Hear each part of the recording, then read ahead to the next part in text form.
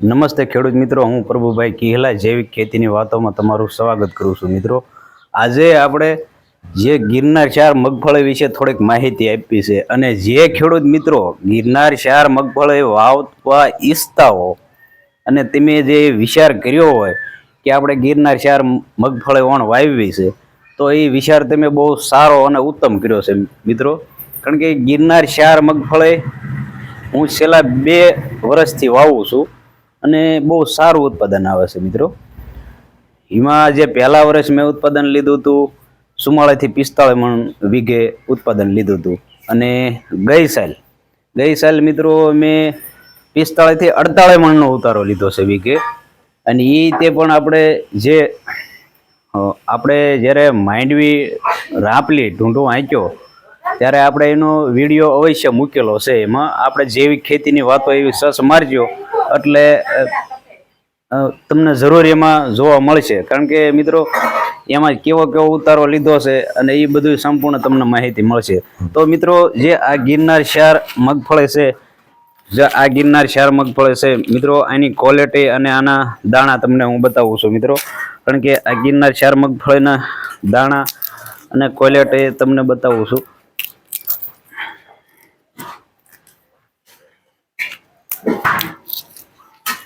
જે મિત્રો ગિરનાર ચાર મગફળીના દાણા અને ક્વોલિટી મિત્રો, જે આ એના દાણા છે, આ ભરાવદાર દાણા છે. કારણ કે હું છેલ્લા 8 વર્ષથી ઓર્ગેનિક ખેતી કરું છું, ગાય આધારિત ખેતી કરું છું. એટલે ગાય માતાનું પ્રતાપ છે, એટલે આવું રિઝલ્ટ આપણને મળે છે.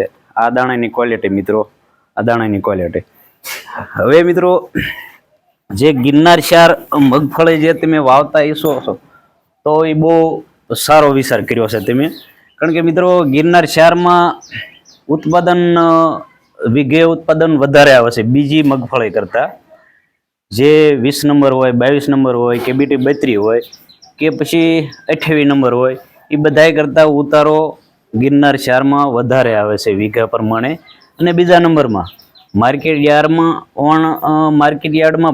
બજાર ભાવ પણ 1300 પ્લસ જ રહ્યો હતો. હજી કાલનો જ ભાવ તમે 1400 લગી જતું હતું ગિરનાર ચાર મગફળી, 1200 થી 1400 રૂપિયા. એટલે સરેરાશ 1300 પ્લસ ના ભાવ રહ્યા છે ગિરનાર ચારમાં. ને ગિરનાર ચારમાં ઉતારામાં સારું છે. બીજા નંબરમાં રોગ જીવાત ઓછી લાગે છે. જે બધી 20 નંબરમાં ફૂગ આવે છે અને જે ઉગસુગનો પ્રશ્ન છે, એવો આ ગિરનાર ચારમાં નહીવત પ્રશ્ન છે. કારણ કે આ ગિરનાર ચારનું ઉત્પાદન આપણે 2 વર્ષથી લેવી છે, એટલે આપણને આની માહિતી છે. અને જો તમારે મિત્રો ગિરનાર ચાર વાવવું હોય અને મારી આગળથી ગિરનાર ચારનું બિયારણ ખરીદવું હોય, તો હું કોન્ટેક્ટ નંબર મારો આપું છું 99 98 54 87 62. આ મારો કોન્ટેક્ટ નંબર છે મિત્રો. અને નિયમિત સ્ટોક હોવાને કારણે વહેલા તે પહેલાના ધોરણે મળશે. એટલે જરૂર ને જરૂર કોન્ટેક્ટ કરો અને અવશ્ય ગિરનાર ચાર મગફળીનું વાવેતર ઓણની સાલ કરો. કારણ કે ગિરનાર ચારમાં ઉતારો વધારે આવે છે બીજી મગફળી કરતાં. છતાં તમે અમુક ખેડૂએ જે કોઈએ ગિરનાર ચાર ગયા વખતે વાવ્યું હોય એના રિવ્યૂ અને એને પૂછી જોજો કે ભાઈ ગિરનાર ચારનો ઉતારો કેવો આવે છે, પછી તમે વાવજો. ગિરનાર ચાર બધી રીતની સારી છે. બીજા નંબરમાં હાકડે જાળીએ તમે વાવી શકો અને વીઘામાં તમે 20 થી 25 કિલાનું દર રાખીને વાવી શકો છો. મેં જે ગઈ સાલ વાવ્યું હતું 20 કિલાના દરે વાવ્યું હતું વીઘો. અને આપણે 4 જ મણ બિયારણ વાવ્યું હતું અને આપણે 185 મણ ઉત્પાદન લીધેલું હતું. આપણે ટોટલ માંડવી જોખી હતી એટલે આપણને ખબર છે કે ઉતારો આટલો લેશે. એટલે મારી દ્રષ્ટિએ હું જે માનું છું 45 થી 48 મણનો ઉતારો મેં પોતે લીધેલો છે. અને હું જૈવિક ખેતી કરું છું, ગાય આધારિત ખેતી કરું છું.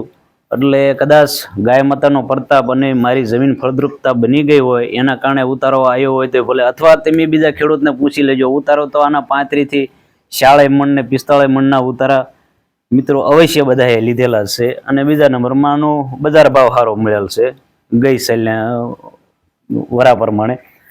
તો મિત્રો, જે ગઈ સાલ જે આવા માર્કેટ બજાર ભાવ હતા, તો એની ગણતરીએ જે કોઈ ખેડૂત ગિરનાર ચાર મગફળી વાવવા પડાપડી કરતા હોય તો ગિરનાર ચાર મગફળીનું બિયારણ લેવું અવશ્ય.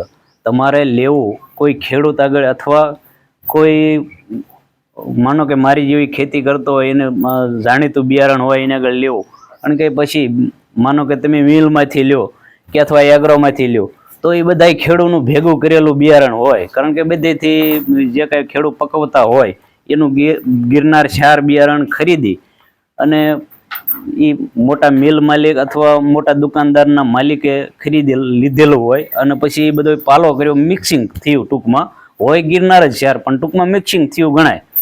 એટલે જે એક ખેડૂત આગળથી તમે બિયારણ લ્યો તો એક ધારું ઉગે અને એક ધારું બિયારણ તમને મળે.